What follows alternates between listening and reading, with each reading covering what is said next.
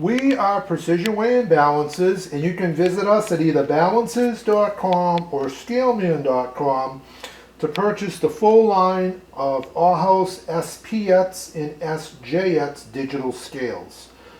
So in this video, we're going to show you how to calibrate. This is the SJX1502 NE. It's a legal for trade scale. The steps for performing calibration for this scale are similar to the other various SPX, SKX, and SJX. The only difference would be a different calibration weight used. So again, this is the new Ohaus Scout series. This is the SJX. It's sold to the jewelry market. It's legal for trade. You'll notice it's a purple line here, purple adjustable feet. On the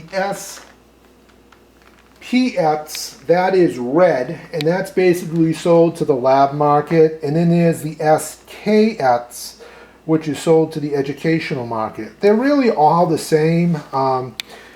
There's just different pricing, and the best price is in the jewelry line because they're the most price sensitive.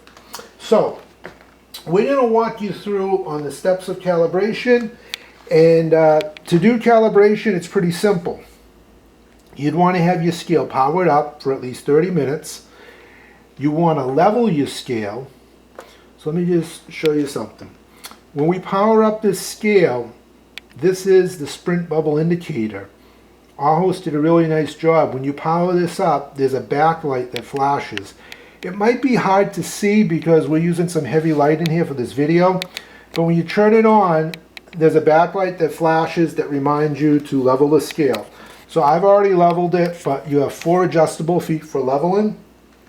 And now to do calibration, the first thing you want to do is press and hold the tier menu key until you see menu. Then release and it will show cal. What you want to do now is press yes, and you have span calibration. And we want to do a span calibration. So we'll hit yes again. The default out of the box is 1,500 grams. So we need 1,000 and 500 grams. You want to put them on the center of the platform. And the scale automatically will take the read, and it says done, and then it returns back to the weigh mode. So that's how you do a span calibration. Now we'll do the span calibration this time, and we'll do it with 1,000 grams. So again, it says cal. We press the 0. We want span. We hit yes. It shows 15. This time we don't want to use 15.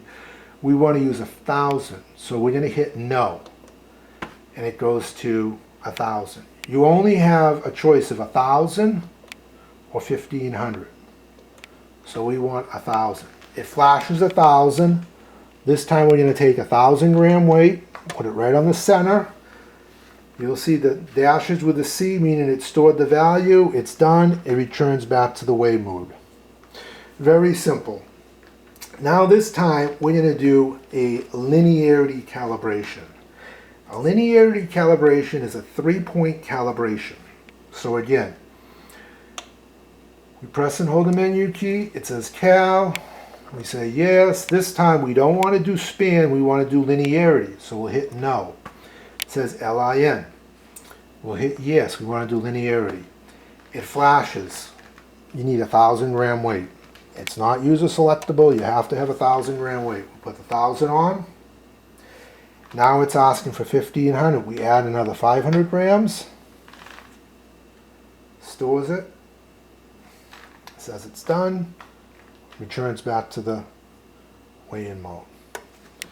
So that's how you do the linearity calibration. So the linearity calibration is a better calibration altogether because you're using 3 points. Now, I just want to show you one more thing. This scale is legal for trade, and when you put the scale into service, you really should calibrate the scale. Once it's put into service, weights and measures is going to lock it out, so you can't do calibration. And a lot of people will ask, you know, why is that? Well, I'm going to show you why. There's a lot of unscrupulous people that try to play games. And one of the games they'll do is they'll miscalibrate the scale. So we'll go into the cal mode again. Simply press and hold the menu key. When you see menu, have cal. Press span, we'll do a span calibration. The default again asks for 1500. This time, what I'm going to do is I'm going to put 1500 with an extra 10 grams. So it's actually 1510. The scale will store it. It says done. Now it's going to display it as 1510. I'm sorry, it displays it as 1500.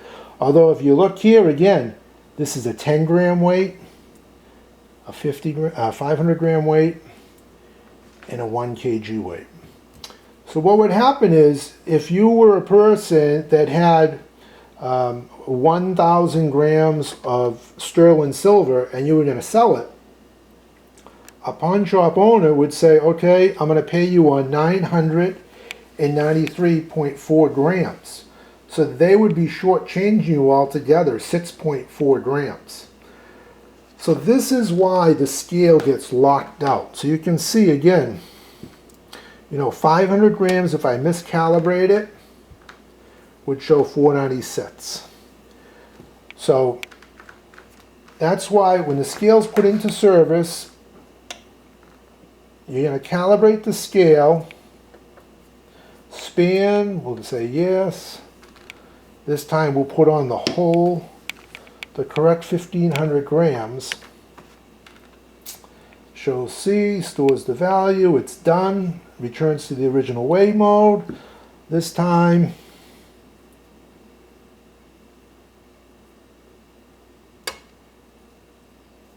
okay. And now even if I put my 10 grams back on, it's overload because the maximum capacity is 1500 grams, but just want to show you.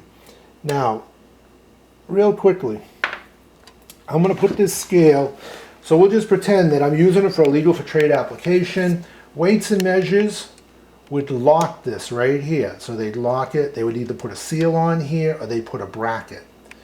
Okay, once the scale's in legal for trade mode, you'll see the last decimal place is bracketed.